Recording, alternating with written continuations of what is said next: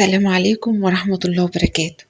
فيديو النهاردة عايزاكم تحطوا له لايك وأكدوا عليه، ولو مشاركة يبقى كتر خيركم. فيديو النهاردة مختلف وفيه كلام يفرح كل المصريين.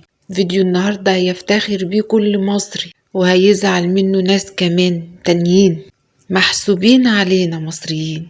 فيديو النهاردة فيه كلام من دهب وعتاب من لهب لواحد من أحفاد أبو لهب. ربنا يهدينا ويهديه ويحسن ختمتنا كلنا.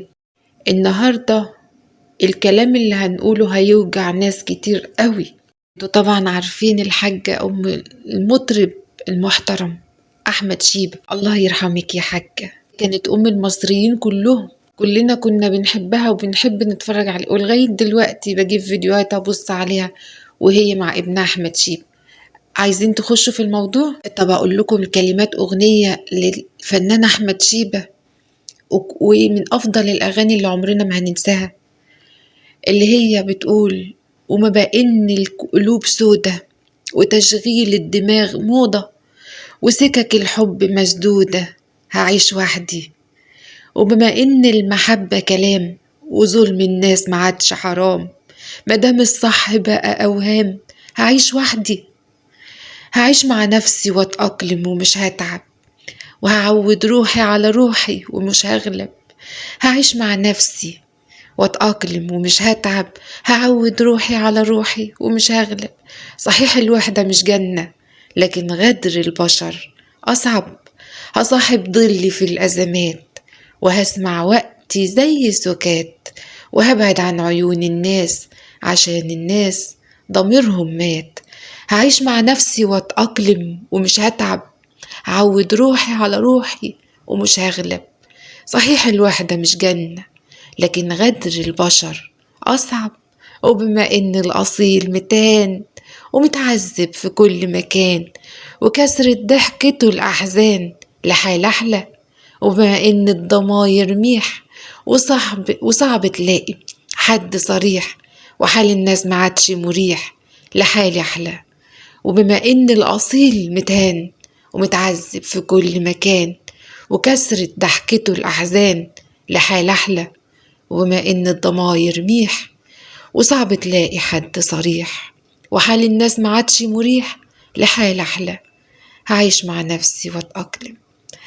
من أجمل الكلمات اللي غناها الفنان أحمد شيبة.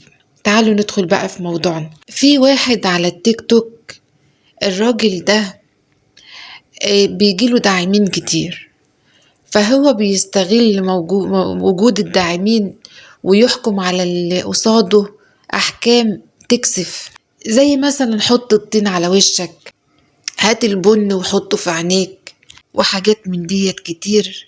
يعني كمصريين ما فيهاش كرام. مين اعترض على الكلام ده بقى؟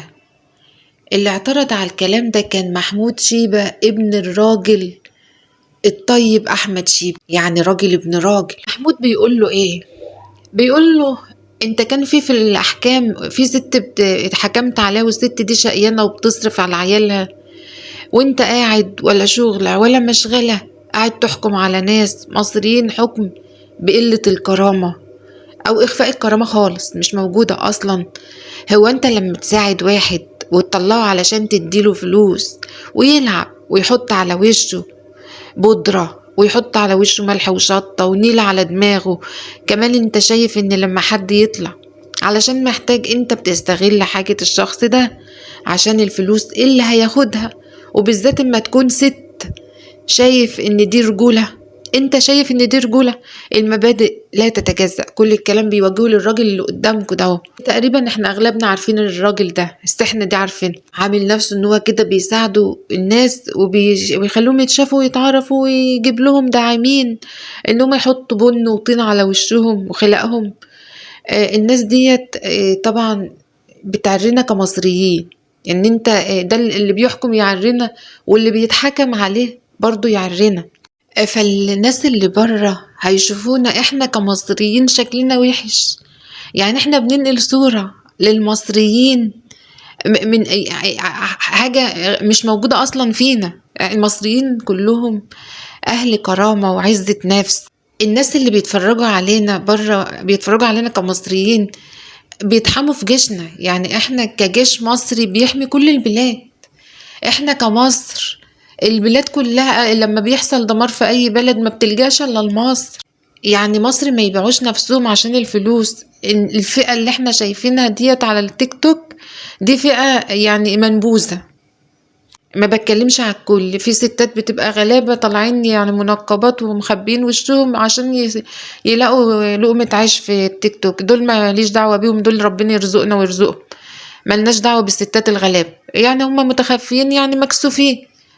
انما في ناس مكشوف وشهم مكشوف والناس كلها شايفاه، ده اللي عيب. مصر عندنا فيها علماء شرفتنا زي الشيخ الشعراوي والشيخ الطيب أحمد الطيب وأحمد زويل ومجدي يعقوب. إنما الأمثال يا جماعة اللي بتهين نفسها عشان الفلوس، والله قسما بالله لا تمثل المصريين ولا تمثل أي مصري. يعني اللي بيتاجر بمراته عشان يكسب من وراها فلوس ده مش مننا. محمود شيبة بقى بيقول للراجل ده: أنا أبويا رباني على كده، وأمي ربتني على كده، وجدي رب أبويا على كده، على الكرامة وعزة النفس. ده في مصريين بيعيشوا على كيسة رمضان طول السنة. يعني الراجل اللي في التيك توك كده هو وأمثاله من اللي بيتحكم عليهم، يعني الحاكم واللي محكوم عليه هم دول ما يشرفوناش ان هم يكونوا مصريين ولا يمتوا لنا بصلة.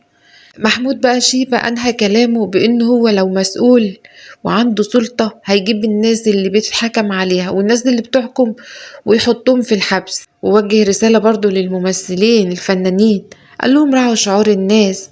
رسالتي ليكم ان انت لما تقبض ملايين وتقول انا قبضت وقبضت، ولاعبين الكرة والناس دي كلها، ما يعني لو انتوا قبضتوا، في ناس مش لاقية، في ناس عايشة على اليومية.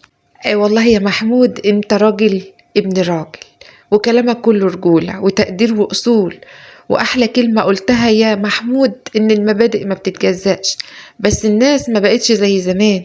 الفلوس والتيك توك نسى الناس أصلهم ودينهم، نسوا إن ربنا بيغنيك عن الدنيا بمصحف شريف وبيت لطيف ومتاع خفيف وكوب ماء ورغيف. كلمة الكل متضايق، هتتضايق وربنا عالم بيك وانت بتلجأ له.